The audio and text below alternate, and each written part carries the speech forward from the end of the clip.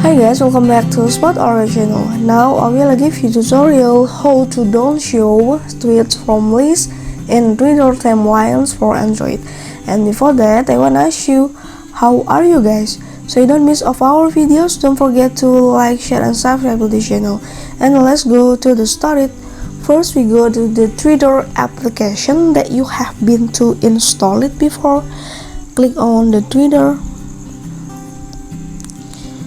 And after that, you can go to the symbol in the upper of the left corner. It means it's your picture of the Twitter.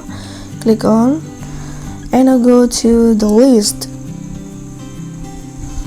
Okay, if you down to not show anymore for the tweets from the list, you cannot click the list that you want to be it. Click on, and then you can go to the three dots in the upper of the right corner.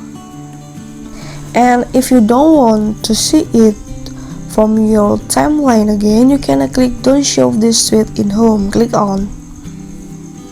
Okay, and now the tweet is no more or don't go anymore for your tweets in the timeline. Okay, I hope this video is useful for you. I think it's enough for how to don't show tweets from list in the Twitter timeline for Android. Thank you for the attention and bye.